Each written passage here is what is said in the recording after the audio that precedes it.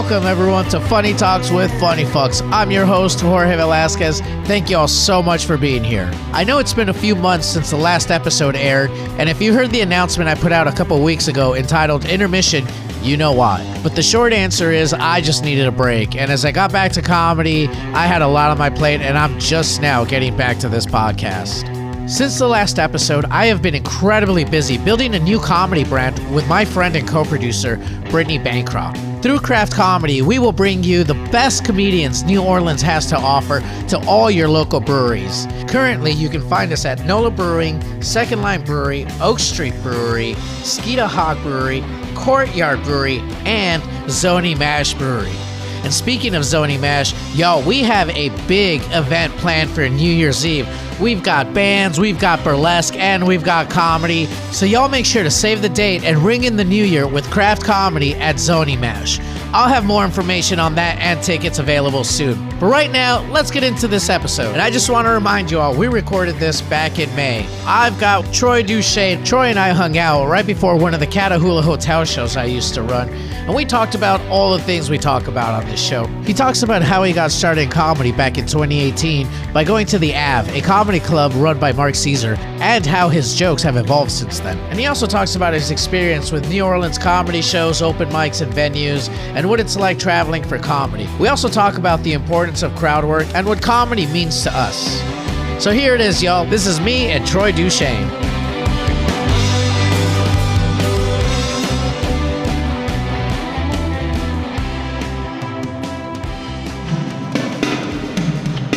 What's up, everyone? I am here with Troy Duchesne. We are hanging out at the Catahoula Hotel. How you doing, man? I'm good, bro. How you doing? Thank you for having me, bro. Yeah, man. Thank you for being here. Troy is on the show tonight. You excited? Yep. And we're gonna have fun tonight. Dude, thank you so much for doing all these shows and stuff. No problem, bro. Let's get into the basics, man. First off, how old are you?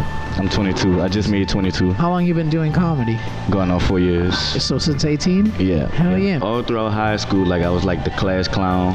Yeah. So like, as it was getting close for me to graduate, I kept hearing, "Oh, you got to be a comedian. You got to be a comedian." Then I ended up winning class clown in high school. So Nice.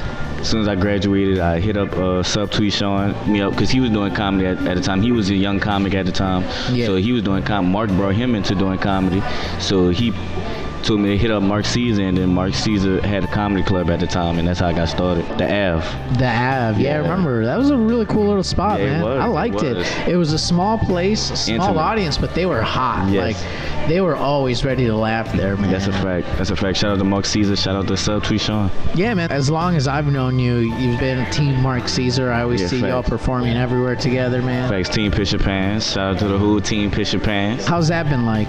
It's been cool. Like Mark, put me on a lot of my shows come from Mark putting me on stuff. So I appreciate him. He helped me a lot in my comedy career. How did you go about hitting him up? Twitter. I hit him up on Twitter. I just like, bro, I'm just trying to start doing comedy. And he was like, come do some time at the Ave. Like he had the open mic going on, so I went up, just told my mom, go and tell jokes. My mama didn't give a fuck that I was going to tell the jokes. She didn't even know that I was funny at the time. She just knew I was getting in trouble in class. So you went to the Ave? Yep, I went to the Ave. Had you met Mark before then? I met him my first time doing comedy. Like when he told me to come through, that was my first time meeting him. It was a cool dude. After he seen me perform, like he let me know that I should keep doing this. Yeah. So I fuck with him. He's like a brother. Dude, as long as I've known Mark Caesar, he's always been super nice, super encouraging. Right. I've never heard him talk shit. Right. I've never heard him be mean. I love Mark, man. Yeah, that's my brother. So you went to the Ave. What was your first mic like? I was so shitty. Like I look at I felt like I was so shitty like when I first started out. Yeah. Yeah. I mean, people was laughing, but it's like when I look at it, like compared to how I think of myself now, I think I'm way better now. But I was doing good. Like at the open mic, they had a bell to let you know if you should keep that joke. Okay. Like I had got a decent amount of bells. Yeah. My first time doing comedy. So 4 years, man. How have your jokes changed in that time? I think I'm just finding new ways like to tweak my jokes, like and develop them. Like the more life I go through, I find the ways to because I hear a lot like young comedians don't have a lot to talk about because they haven't really lived life. They haven't had a lot of life experience. Right. I feel like that's true in some ways, but like I feel like I still like find interesting ways to talk about the stuff that I do go through. Yeah. So, yeah. I think the older we get, we find those funny ways of telling it. You know, Facts. We can look back at stupid shit we did and be like, all right, that was stupid. Yeah, they say I heard like your prime as a comic is in your 40s. Really? That's what I heard. I'm about to hit my fucking prime. You about to hit your prime? Shit, yeah. 2 more years and I'll enter my prime. Fact. I won't get to 40. It's weird though. I don't know if it's age or just that I also have about like 4 years in comedy. Okay. And So you started in 2018? 2018, man. Oh, that's what's up. 2018, yeah. Okay. Actually, my first stand-up set was April Fool's. Damn. 2018. Damn, I started the month after, like the month. I think it started like May, June. Yeah. So that's what's up. I didn't know you started doing comedy. Yeah, before you. man. I mean, but I'd been doing like a sketch comedy. Oh, yeah. I'd been doing improv for years, and I was a theater kid. So I like, won't get into improv. I'm trying to start doing. dude. Okay, so here's the thing about improv. I think it's stupid. Mm-hmm. Like I like it. Don't get me wrong. It's a very cool skill to have. But like I did it for like 2-3 years, and I was in a troupe, and I mean we performed. After a while, I'm like, this is stupid. this is just a bunch of grown ass people playing make believe. And that's when I ended up making the move to. So what about improv makes you like quick on your feet like that? Because that's what I hear that it helps you do. Well, right. I think it's like working any other muscle. You know, so improv is all about thinking on your feet, right? You enter a scene with somebody, and they're all like, "Oh man, this doctor's office is weird. I've never seen someone who had so many pictures of like watermelons." Right? Let's just say that's the first thing I come in and I say, you got to pick that up. Awful watermelons. Look at the watermelons. Like, shit. right? Yeah, Like, we're at a doctor's office. There's a shit ton of. You got to take that information and be like, cool, that's where I am. And then you got to shoot. Like you got to pretend like. Right. You got to know like you know what's happening, or you know what I mean. Like right. you got to start thinking about like, okay, this is the situation I'm in. Who am I? Who am I in this? And like, I'm gonna try to do improv like for like a couple months and see how I like it. Yeah. Just to do it because I never did it. Dude, like I said, it's goofy as hell, but I think every comedian should do it because again, it helps you think on your feet. Like for me as a host, those improv skills.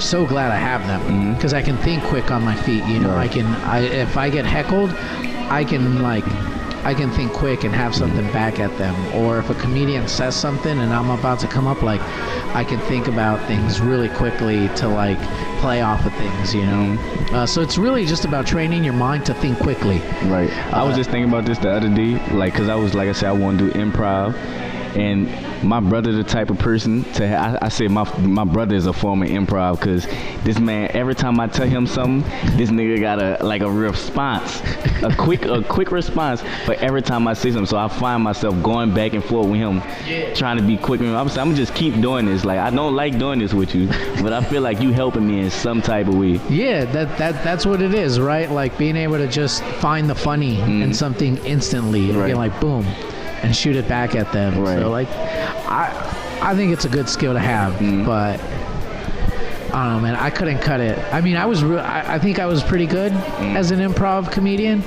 but like after a while, I'm like, this is silly. I witnessed the improv class. Like they seem like I don't know. Like I want to do them, but I just don't see in myself. Like I can't see myself keep like trying to act out there. But I'm gonna try to force myself to do it. Dude, great skill to learn, man. Yeah, I'm gonna do it. I'm gonna end up trying to do it soon. Yeah, Comedy House has classes. Yeah, I know. I already hit up Chris about it. Shout out to Comedy House. I already hit up Chris. Oh, dude, I love Comedy House. Yeah, They're me doing too. a lot of great shit.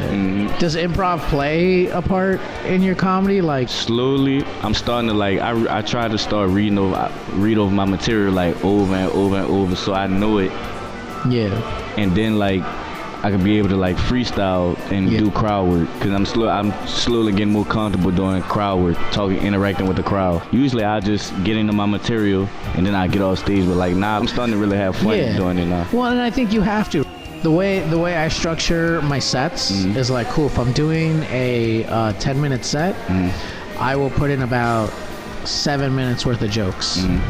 right? The other time is I need time up top to like talk to the audience. Right. I need to leave a little space in case something hits hard and I want to let it marinate and laugh, you know, or if something hits hard and I have tags for it, then I'm just, like, you got to leave a little bit of that room to just for whatever happens in the moment. Right. But one of the most important things I think is doing crowd work. I always see while I'm on stage, like as soon as I like get introduced and I grab the mic, I'm like to see like I want to be family with the audience. Yeah. So I want y'all to feel comfortable while I'm talking, while I'm telling y'all my business. Yeah, exactly. Basically. I mean, I'm sure you've experienced this. Like, how many times have you gone to an open mic? Or even gone to a show, people are talking, and then the comedian just goes up there and just goes into their set. Oh yeah, right. And then all of a sudden it's like you're looking at them like, dude, no one's paying attention, and you're just going through your words, going through the motions, and like before you know it, introduce yourself. The comedian, the host might have introduced you, but you got to let the people get to know who you is. Yeah, there's nothing worse as a comedian than becoming background noise. Like, people are fucking talking and you're not even there. Right. I think crowd work has the ability to ease that. You know, you go in and like, doesn't matter what it is. You can like just comment on something that the host said. Comment on a joke someone else said. That's what I do. I talk about the shit that went on probably earlier before the show, or how my day went a little, you know. Yeah, pick anything that happened tonight that everyone witnessed, to be all like, hey, we're all here together. I'm not just about to say these words that I prepared. I sprinkle like the crowd work into my material. Like, I'll probably start off with some crowd work and then I get into my material. If you know somebody comment during my set on a joke or something, I interact with that person. Have you ever thought about going to a mic and not doing material? No, I haven't. It's kind of freeing in a weird way, because it's like, you know, you're not about to do material, so it doesn't matter if you bomb. You're going up there just to talk to the people and work that muscle. I never thought about doing that. You come to another bar, sometimes you'll hear me be all like, I'm not doing jokes tonight. That's scary. That's scary. When I approach an open mic, I always have material that I'm trying to work on. Yeah. I feel like that's scary. It is scary. It is scary. Especially for 5 minutes. Sometimes you got to go up there and just be like, fuck it, this doesn't matter, and just wing it. Right. Not a book show. Don't do that shit tonight. I'm not doing it tonight. Not tonight, but look, in comedy, if you're scared to do something, just fucking do it. Right. Because if you do it and you pull it off, the reward is just amazing.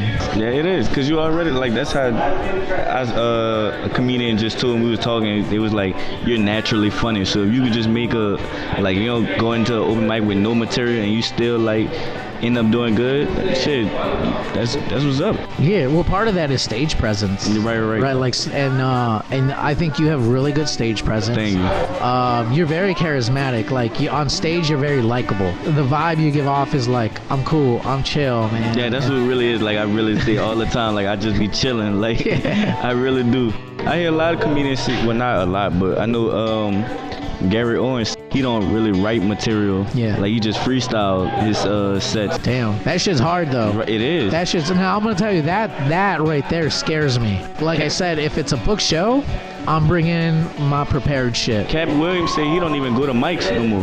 Like, he tests his material out in arenas. I don't listen to famous comedians when they say that shit, because they're famous. By default, anything they say... It's going to be funny. Is going to be funny. That's how funny I want to be. When I can just say something and people laugh. No, you don't, though. You want to be funny. Yeah, right. Craig Robinson, he's been down here a lot. He's entertaining. Like, it's fun to watch Craig Robinson on stage because it's Craig Robinson. But, like, I saw him a couple years ago at Howling Wolf. And then this year, he's been here a lot. And I've seen it, and I'm like, you're not really funny. You're entertaining, you're fun to watch, but like, you don't actually have any jokes, and people are laughing because it's like, it's Craig Robinson. Anything he says, it's going to be funny. You don't want to be that kind of funny. Right. Like, you want to be the funny where it's like, yeah, you can say anything, but it's funny because it's funny. I don't know if that makes any sense. Yeah, it makes sense. You know, don't be Craig Robinson. That's funny as fuck. Nah, Craig Robinson can play the piano. He can. So I need to learn how to play the piano. Yeah. Well, like I said, entertaining. Right. He's entertaining. He is fun to watch on stage. We spend a lot of time down here hitting the mics. Came to my show at Jinx a few times. Okay, he performed? Yeah. Okay, that's what's up. Definitely be like Craig Robinson. For real. Tell me what comedy means to you, man. I love comedy. I feel like I was supposed to do this. Like growing up, I used to watch a lot of comedy. Yeah. I didn't know I was gonna be a comedian, but like looking back, I was like, damn, like I've been watching comedy. Like I used to watch Gabriel Iglesias, Jeff Dunham, Kevin Hart, and then once I started getting into comedy, like I went back and watched like all the people that made a name in this comedy shit. So. Like, this comedy shit really all I got. Like, I'm not good at nothing else. I'm in school, but that's just for my mama. So this is a career for you? Yeah, this is what I want to be the best. Yeah, I want to be the best comedian. Shit, man. I mean, I think you got a shot. You're fucking funny, man. Thank you. Appreciate it. If you weren't, I wouldn't be booking you. I'm just going to say that. Appreciate it. Everyone right now knows I'm trying to book the funniest people, man. That's what it's about. We supposed to be making people laugh. Yeah, So yeah. why not book other funny people? Yeah, I'm not just booking anyone because I know them. I need to see that people are funny, man. I guess what I'm saying is I don't want to give anyone a handout. And I don't want to give anyone the false impression that they're ready. Right, because people will, booked. if you're not funny, people will walk out. Yeah. Either during your performance or after. So Yeah, and that hurts the rest of the Right. comedians, the whole show. right, our comedy scene have a lot of funny comedians. A lot of fun a ton, people. like, and that people don't even know about. Like, I love our comedy. Dude, we have a lot of talent here. We have a lot of shows too. We have a lot of shows. Yeah, I do think we're a little spoiled here though.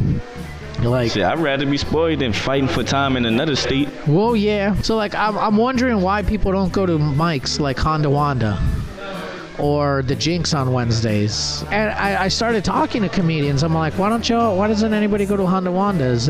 And like, responses I hear are like, well, there's no audience. So. Right. It's still time. It's still a spot for you to work out. Dude, I've traveled a lot, and like a lot of the mics that I go to outside of here, a lot of them end up being comedian mics.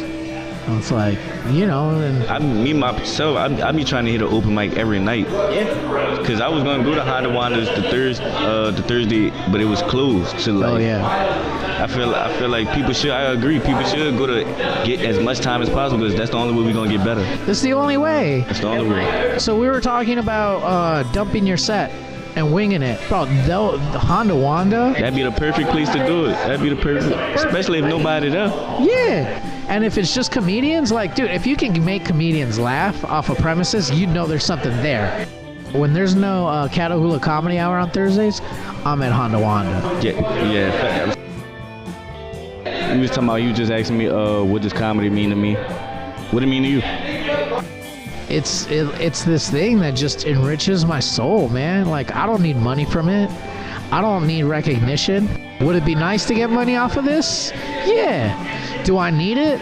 I don't. Me specifically, I don't. Like, for me, every performance, every mic is the reward. Except when I bomb. Then it's just punishment. Right. But like, I legit just like doing it, man. I do too. Yeah, I hustle too. so hard, and like, I'm not worried about money. I'm not worried about like we haven't sold enough tickets. Like, comedy to me just means everything. It's like if you know how many times I've had a bad day, been super fucking depressed, and I'm like, I'm not gonna go out tonight. I'm not gonna hit the mics. But I force myself to hit it. I'd be the opposite way. Like if my day not going good, then I'ma go do something I love to do. That's what I learned. Because depression is different. Right. And when depression hits me, I don't want to do anything. I don't want to do comedy. I don't want to see anybody. I don't want to go out. I don't want to do shit. And so when it hits, I force myself. I'm like, dude, just go do the mic. Right. And you end up feeling better. Every single time. If that's what you're supposed to do. Every single You're time, supposed to man. Because there's something, again, there's part of why I like crowd work, right? There's something about sharing in that energy, right? It's not just me on stage telling jokes. There's something about telling these stories, telling these thoughts that I came up with to these people, and then like getting it. Like, it feels like the one time where people get me. completely. It's a joke, but you get the joke. You get me. You get where I'm coming from. You get what I'm saying. You understand me as a human being. You know, and then to just laugh, to share. First off, to make someone laugh, man, that's just on its own is an amazing thing. Right? I mean, so yeah, comedy is everything. It's weird that like it's a hobby because I hustle hard in comedy, but because I find the more I put into something, the more I get back. I don't want to be a shitty comedian. Right. You know, if this is something that enriches my soul, I don't want to be shitty at it. Right. You want to be good at it. Yeah, because the better I am, the more rewarding it is. Right. It is. So that's kind of what comedy is to me, man. Right, that would be weird if you love comedy. You love comedy to the fullest, and you get up every night and just bomb. Like, you just suck. Bro, there's people like that. Tell me you don't know at least. Some people be doing comedy just for a hobby. Like, you don't really need this. Like this something you thought would be fun to do, and you decided to do it. This shit is all I got. This is all I got. I'm not good at nothing else. I'm addicted, man. Every time I travel, even when it's for like fun, I'm like, I'm not gonna do comedy this trip. You end up doing it. I end up doing it. Or in January, I went to Miami. It was supposed to be a vacation. It was supposed to be me getting away from comedy, me getting away from everyone, me fucking recharging. Tell me I didn't fucking book the entire week full of shows. Every single goddamn day I was there. That's what's up. That's what I would do though. Like right now, like I don't really go on vacations. Like I'm not going on a vacation if I'm not doing comedy at all. Like I'm taking number of business trips for right now. I go on a vacation later. Do you eventually want to do like those big venues? I definitely do. Yeah. I want to like I said, I want to be like the best at this. I'm aiming to be the best comedian in the world. So I won't do the type of numbers that Kevin Hart do, because he do numbers like on a totally different. Like his numbers be up there with Eddie Murphy. Yeah. Like one of the greats. So I want my name to be mentioned in that. Hell yeah, man. Around that. Yeah. I don't know that I ever want to do large venues. What's the largest crowd you ever did? Like 150. 150. In Atlanta. Okay. In Atlanta. I learned an important fucking lesson that day. Where was it? So it's a dinner thing, restaurant / bar, whatever. There's tables, people are eating. And bro, I went up there and I did all right. I didn't kill it. I didn't bomb. I did all right. It was hard getting that many people's attention. They're eating, they're drinking, they're talking in their tables. Right. I saw other comedians go up after me, and they were killing it. Energy. The energy. Okay. They came out there, and they had more energy than the entire room. It was impossible to ignore these guys. You gotta have fun. I'm gonna say you gotta look like you having fun. So if you having fun, it's gonna make them want to have fun. Yes. Yes. The biggest crowd I ever did was 700 plus. At Xavier University. Shout out to Xavier University. Damn, nice. Yeah. That's a big crowd. Yeah. How did that go? It went good. Like that was my first time doing 25 to like 30 minutes. This was like 2 years ago. Yeah. Yeah, so like that was Xavier was like the first people to like book, like first college to book. That's the only college that I ever performed at. Did you have to censor yourself or not do certain material? I ain't gonna lie, the set that I did, I was like, these people not gonna have me back. They was trying to get me off the stage. What? Because of the shit that I was saying. Like I'm learning. Like when I was first starting to like write my jokes, like I write like my curse words in it. But like I'm starting to curse less, and I feel like you can still be funny like without cursing so much. So yeah. I thought they wasn't gonna have me back, but I ended up performing like 2 times after that as David. So How was it performing for that many people though? It was fun. I had females sending me their room numbers after that. Like it was fun. So clearly I've never done a room that big. But what concerns me, and I have to say concerns me because again, it's not coming from experience. I don't know that I would like that big a room. Like if I killed it, cool, but there's something about a small room. Like the energy, the energy is just better. Yeah. It's more personal. Like if I can look at the faces of every single person that laughs, and like we're sharing in that joke, it feels in an intimate room. you get 20 people, like you making 20 people laugh in a small room. That shit sounds so loud. I agree. Like I like close, intimate rooms, but like just knowing that you can make like 1,000 people laugh or 10,000 people laugh at a time. Now that like, I get. That yeah. like to be able to do that must feel amazing, Right. man. So like Right. dude, more power to you for being able to handle that large room.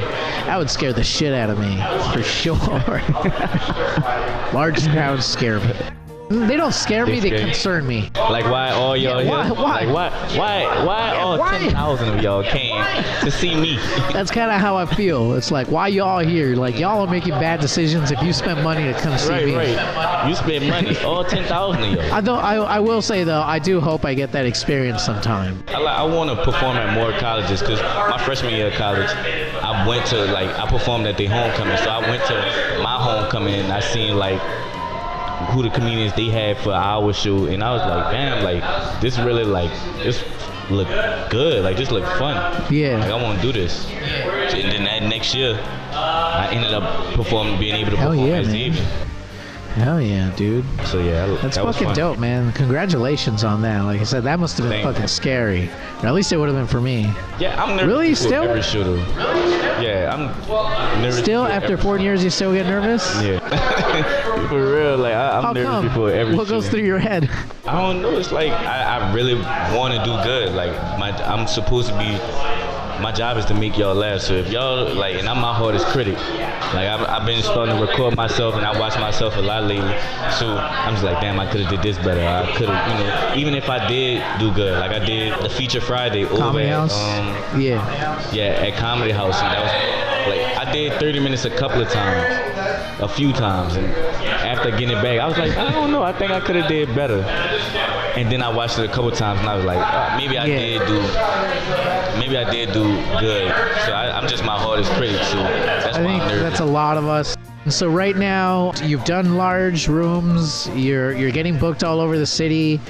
You've traveled a little, you said. Have you done any festivals yet? I did one comedy festival so far in Memphis. That was my first comedy festival. And I went out there with Shep Kelly, who I really love as a comic. And that's like my comedy auntie. So like just meeting all those comedians out there, meeting comedians from all different places, like it was fun. Like I learned a lot like while I was out there. Like it's interesting seeing how people like come up with their jokes, or how other people think in general when it comes to comedy. When you start building your jokes, or when you think of something funny, what's your process like? I feel like God makes shit happen to me just because I'm a comedian. He make funny stuff happen to me just like, it's a lot of crazy shit that's been happening. I'm like, I'm alright about this.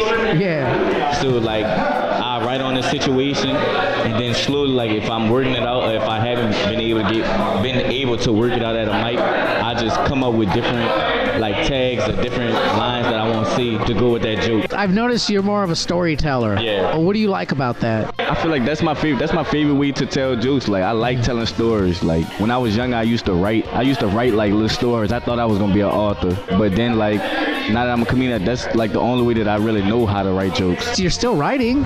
It's still the same thing. Right. That's what I look at it as. Now that I'm thinking about it. I love stories. If you're telling a good enough story, not every single minute has to be filled with like 30, 40 laughs. Sometimes there can be lulls, but like people are still interested. Right. People are listening still. People are listening.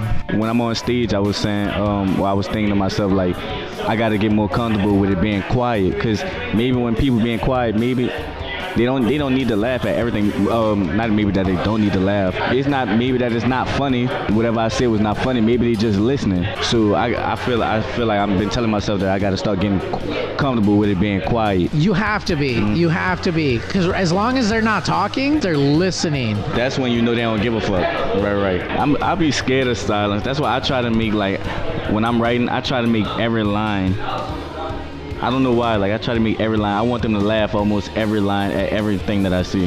Well, that's good. You want to pack as many laughs as you can in every sentence. And this is fucking risky, but sometimes silence can be funny. It can. Like- I seen like when somebody take a pause and then people just start laughing. Yeah, I've got this one set where I come up and I pretend like, oh shit, I'm too high. I've pretended that I was just so out of it. Jorge just let y'all know we be lying, y'all.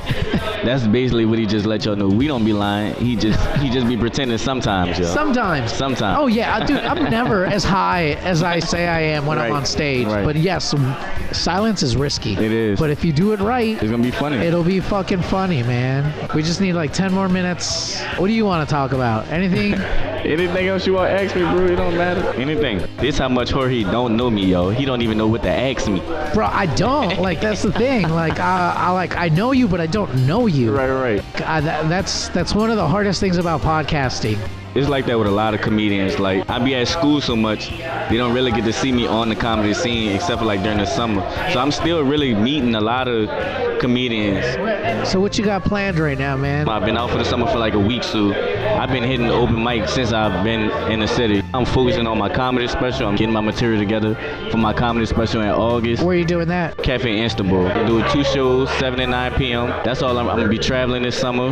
Still yeah. doing these shows all around the city, so that's what I'm really working on. Well, Troy, thank you so much for being on the podcast. Thank you for having me, bro. Thanks for having me. Yeah, this was a lot of fun, man. I'm glad we sat down. Got to know each other, yeah. Thanks so much for being here, man. Appreciate you, bro. Y'all follow me on Instagram, follow me on Twitter at TroyGotNext, and just, keep updated with me with the shows, and y'all come out, and y'all keep supporting Jorge.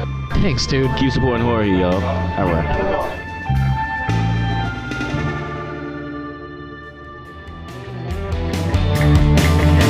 All right, that does it for this episode of Funny Talks with Funny Fucks. I want to thank Troy for coming on the podcast. Y'all make sure to check him out, support him, because he is seriously one funny dude. In fact, he's recording his comedy special later this December. Y'all make sure to check out his socials and keep an eye out for that. You can also see him on New Year's Eve at Zony Mash for Craft Comedy's Happy Brew Year celebration. You guys, this is going to be a huge night. We've got local band Sancho, who y'all have heard all over this podcast. They'll be playing all night in between comedy and burlesque. It's going to be amazing. Y'all don't want to miss this night. Keep an eye on all my socials because tickets will be on sale soon. Okay, so I'm excited for the next episode. I'm not sure when it's going to come out, but I know who's going to be on it. My next guest is one of my bestest friends, my comedy partner and co-producer of Craft Comedy, Brittany Bancroft. And y'all, her and I have so much to talk about. And while we haven't recorded the episode yet, we'll most likely be talking about all the comedy tours we've gone on and all the amazingly delicious food we've had while on them. And because it's a frequent topic between us, I know we'll end up talking about physical, emotional, and mental health. So y'all make sure to stay tuned for that. Now, like I said, I'm not sure when that episode will be out. Probably in January, but hey, who knows? Maybe we'll get lucky and I'll put it out sooner. But for now, I just want to say thank you all so much for tuning in every single time. Y'all, I'm your host, Jorge Velasquez. I'll see you next time. Told my girl, like, if you was to let me get you pregnant, I'd be like, you really let me get you pregnant. Like, I'd be offended.